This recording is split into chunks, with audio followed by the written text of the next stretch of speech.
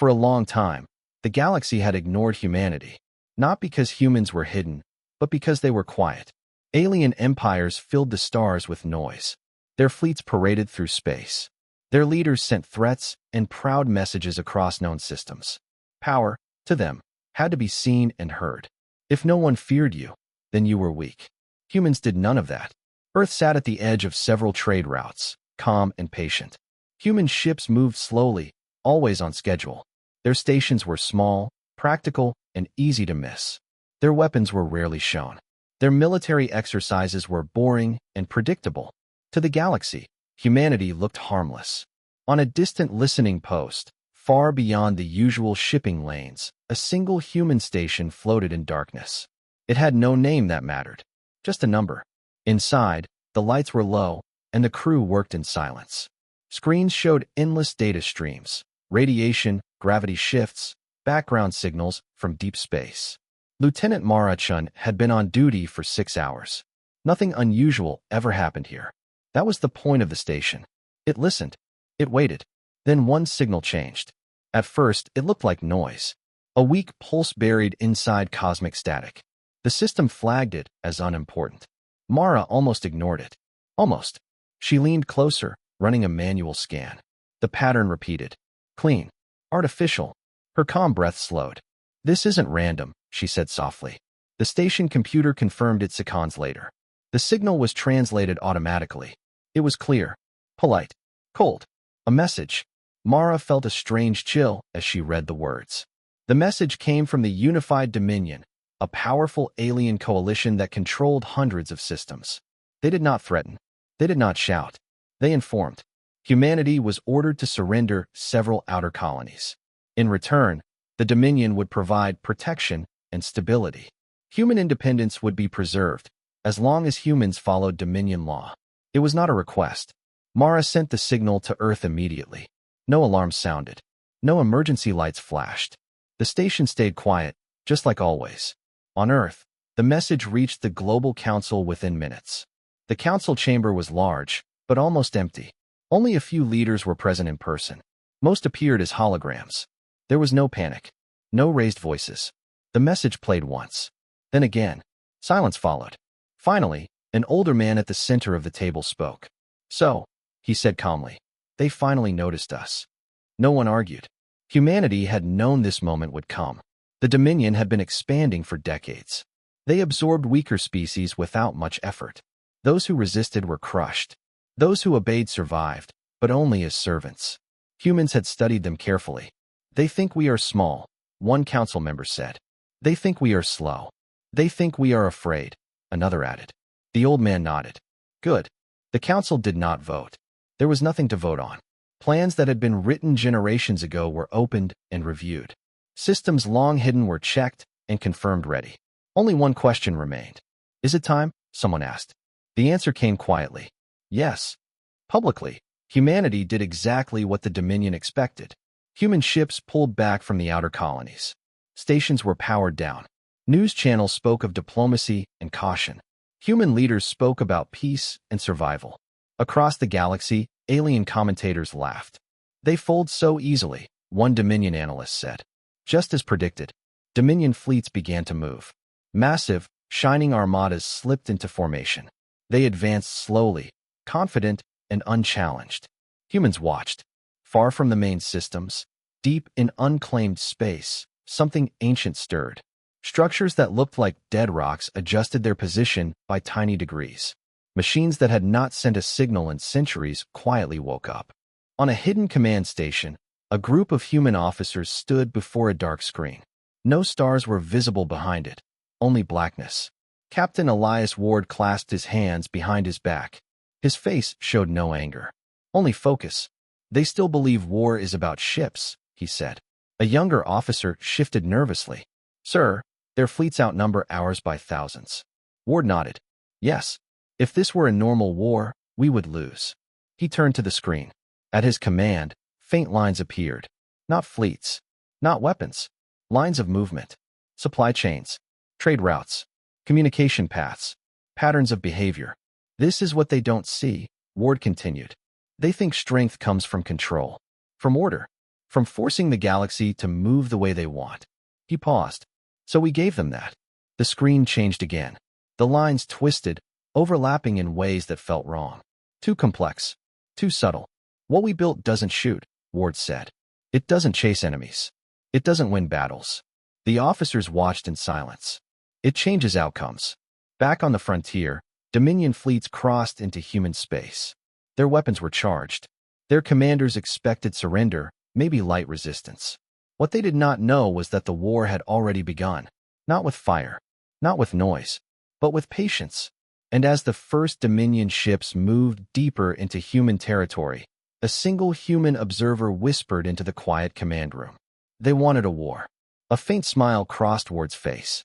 We built one they can't win. The Dominion did not rush. They never did. Their fleets moved with slow confidence, like hunters who knew their prey had nowhere to run. Huge warships crossed into human space in perfect formation. Each ship was covered in shields, weapons, and symbols of power. To the Dominion, this was not a war yet. It was a lesson. The target was chosen carefully. A human border world named Asteron 9. It was not a core planet. It had no great cities or famous history. Just mining towns, research domes, and long supply roads that crossed red deserts. The Dominion wanted to make a point, not cause outrage. They believed humans would accept the loss quietly. From orbit, Dominion commanders watched the planet through clear tactical screens. Human defenses are minimal, one commander reported. Orbital platforms are outdated. Ground forces are small. The lead commander, High Strategist Corlith, felt satisfaction. Everything matched their predictions. Begin the controlled strike, Corlith ordered. No total destruction. We want obedience, not ashes.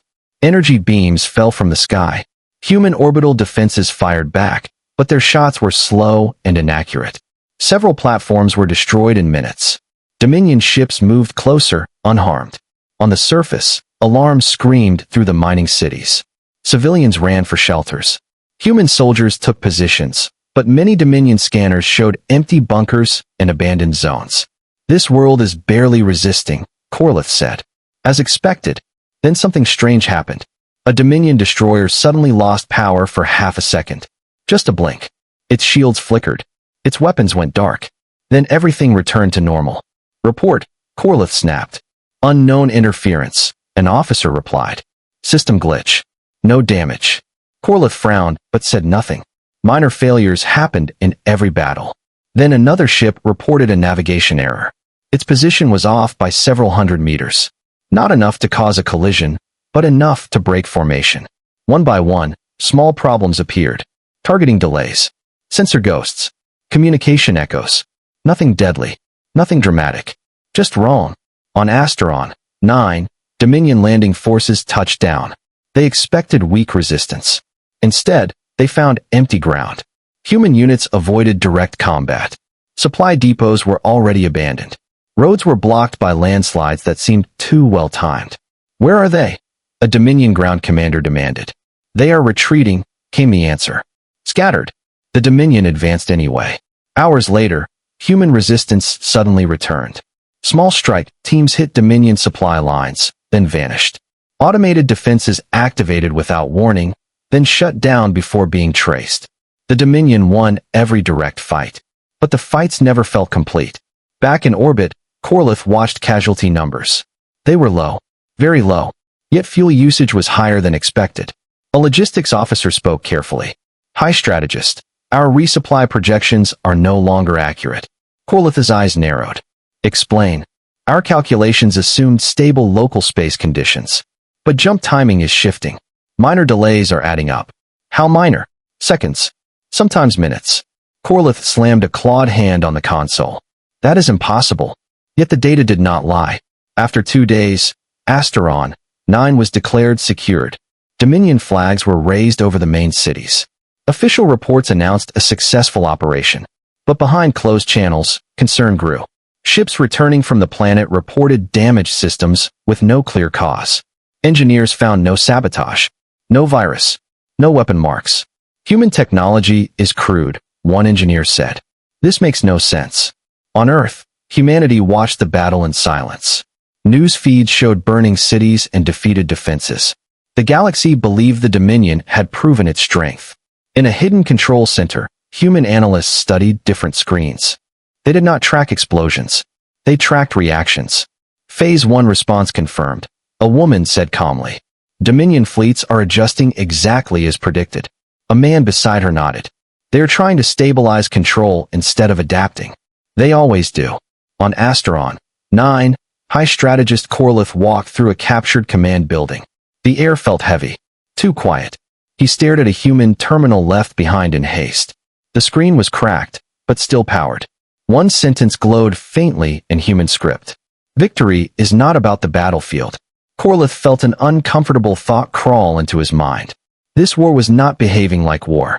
When Dominion fleets finally withdrew from the system, they left behind occupation forces and automated defenses.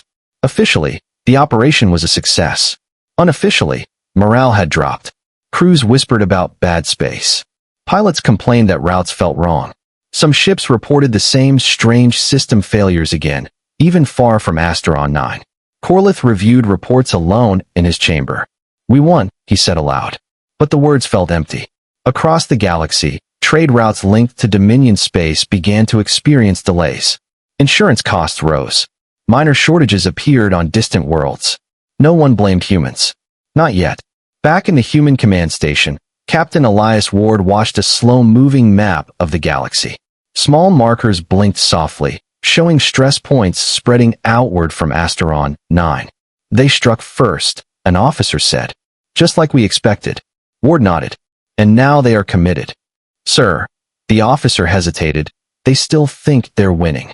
Ward allowed himself a thin smile. That's the danger of winning battles, he said. You stop asking the right questions. He turned back to the screen as the galaxy shifted almost invisibly. The Dominion believed the first strike had broken humanity. In truth, it had only tightened the net. After Asteron 9, the Dominion expected fear. They waited for desperate messages from Earth. They expected protests, pleas, or angry threats. None came. Human space stayed quiet. Trade ships still moved. Signals still flowed. Life looked normal. Too normal. High Strategist Corlith studied the wider map of Dominion territory.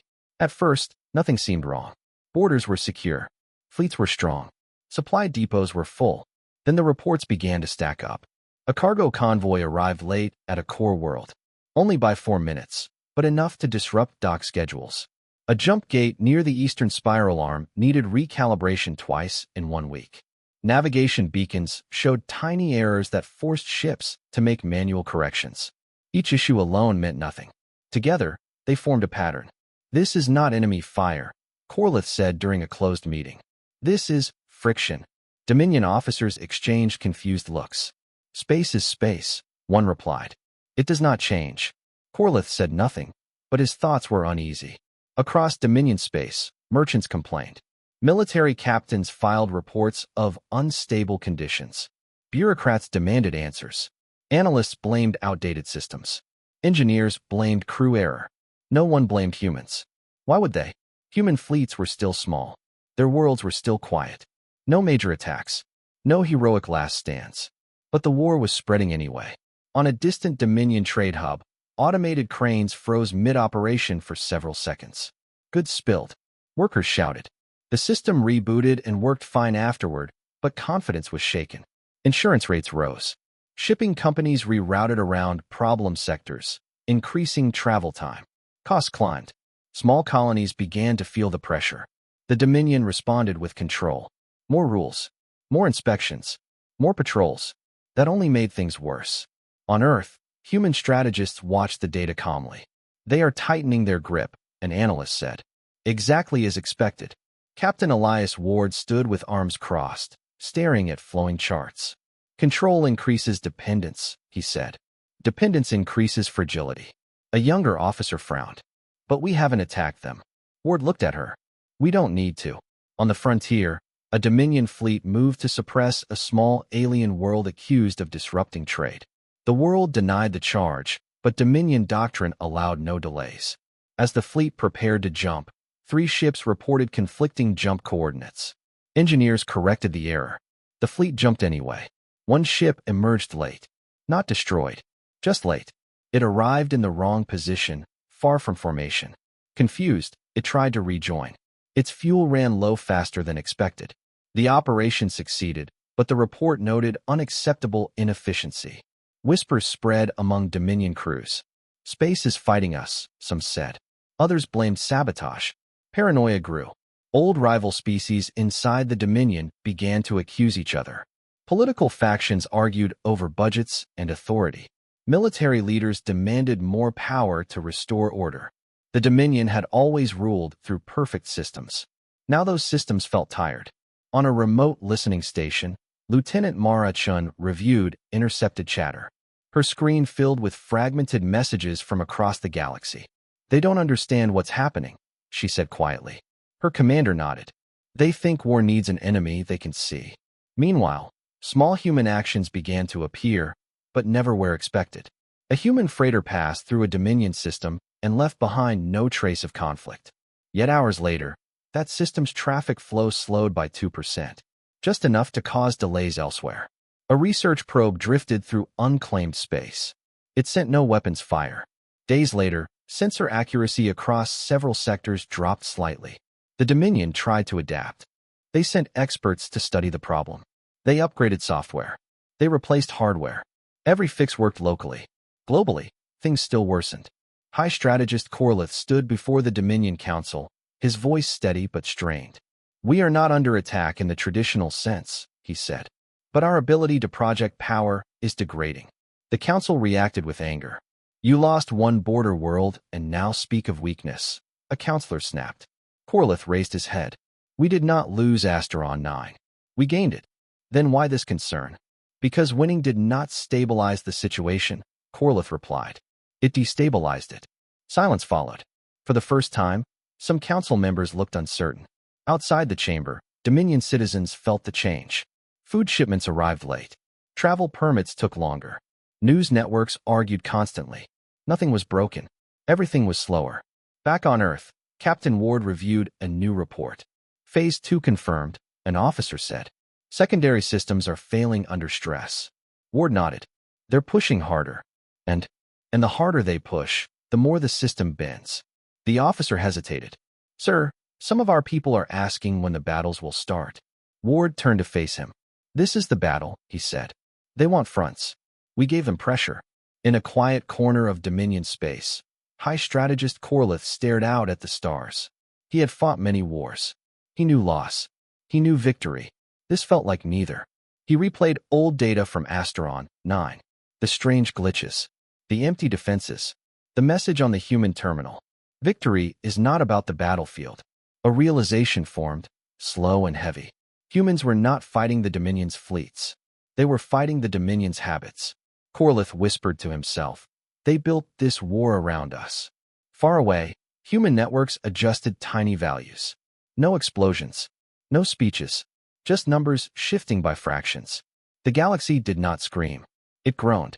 And the Dominion, for all its strength, was beginning to feel tired in a war with no front lines, no clear enemy, and no obvious way to strike back.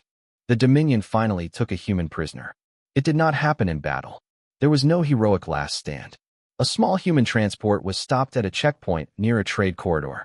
Its crew offered no resistance. They followed every rule. One engineer, a quiet man named Jonah Hale, was detained for questioning. At first, the interrogation brought nothing useful. Jonah spoke calmly. He gave his name, rank, and role. Systems engineer. Civilian support. No weapons training. No secret orders. "You expect us to believe you are harmless?" the Dominion interrogator asked. Jonah looked tired, not afraid. "I didn't say harmless," he replied. "I said I don't fight." The interrogators pressed harder. They showed him reports, trade delays, system failures, political unrest.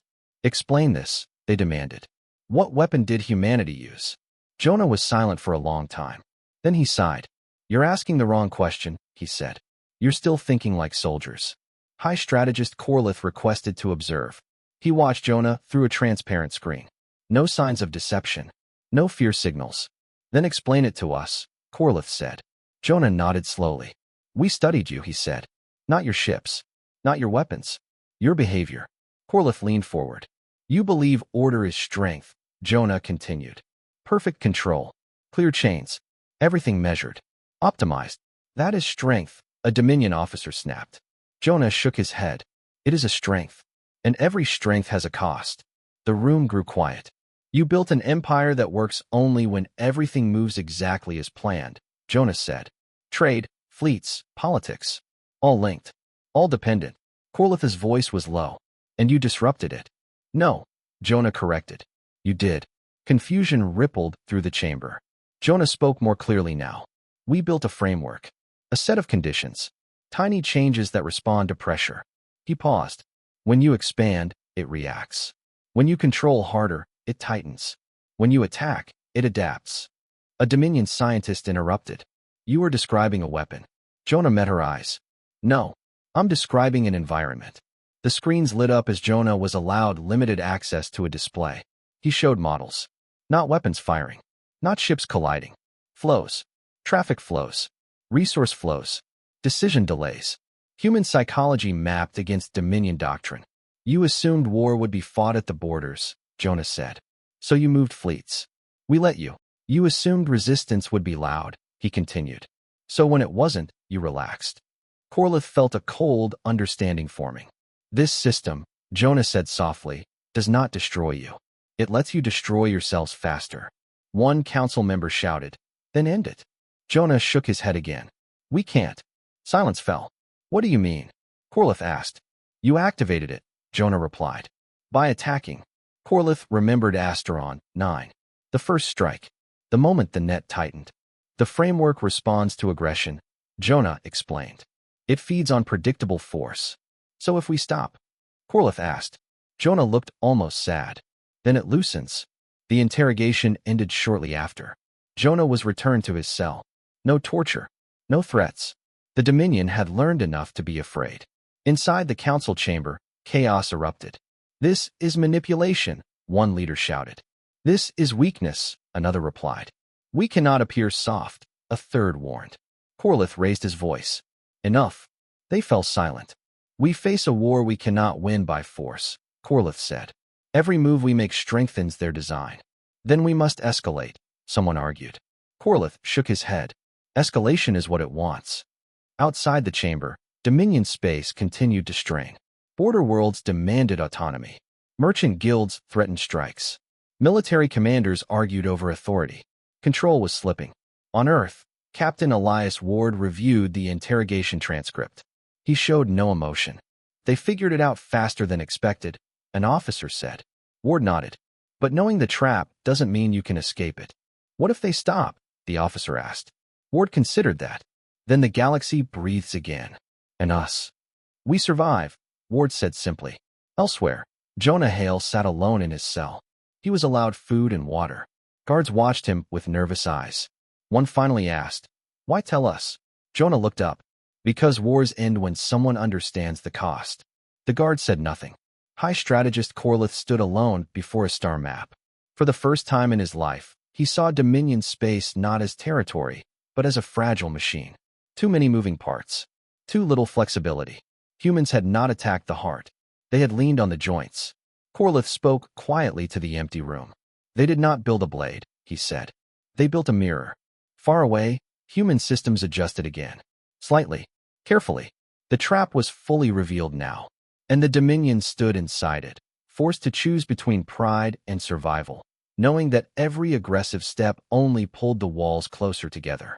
The Dominion began to crack. Not all at once. Not loudly. But in small, painful ways that spread faster than any fleet.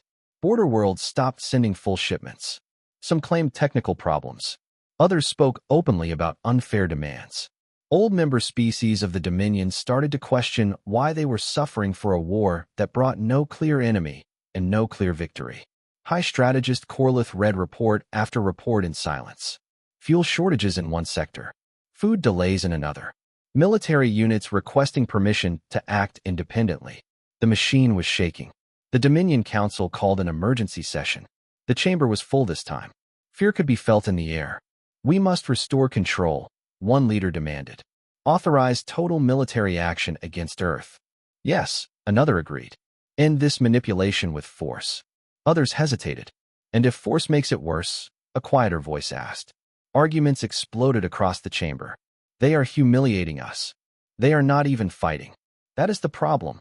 Corlith finally stood. Listen to yourselves, he said. You are proving their point. The room slowly quieted. We are reacting exactly as humans predicted, Corlith continued. Every demand for control increases resistance. Every escalation tightens the system around us. A counselor snarled. So we surrender? Corlith shook his head. No. We stop pretending this is a normal war. Outside the chamber, Dominion fleets were already showing strain. Ships were still powerful, but coordination was failing. Joint operations took longer to approve. Orders were questioned. Trust weakened. On one occupied world, Dominion troops refused to fire on protesting civilians. The order was legal. The troops simply did not believe in it anymore. On another world, a governor declared temporary independence until stability returns. The Dominion threatened sanctions. The threat was ignored. Across the galaxy, smaller powers watched carefully. The myth of Dominion perfection was fading. On Earth, Captain Elias Ward received new data. Internal fracture confirmed, an analyst said. They are arguing among themselves. Ward nodded. Pressure phase is reaching critical levels. Do we speak now? Another officer asked. Ward waited before answering. Not yet, he said. Let them choose. Back in Dominion space, High Strategist Corlith visited Jonah Hale's cell again. Jonah looked up calmly. You feel it now? Jonah said before Corlith spoke. Yes, Corlith admitted. The wait. You can end it, Jonah said. Not by winning. By stopping. Corlith stared at the floor. If we pull back, the council will call it weakness. Jonah met his gaze. And if you don't, there may be no council left. The word stayed with Corlith long after he left the cell. Soon after, reports arrived that changed everything. A major Dominion fleet failed to arrive on time for a scheduled defense rotation. Nothing had destroyed it. Nothing had attacked it. It was simply delayed. That delay left a core system exposed. Pirates moved in. Local forces panicked. Trade collapsed for 3 full days. 3 days was enough. Markets crashed. Citizens protested openly. The image of absolute control shattered. The Dominion Council reconvened in chaos. We are losing authority, one leader shouted. We are losing everything, another replied. Silence fell when Corlith spoke.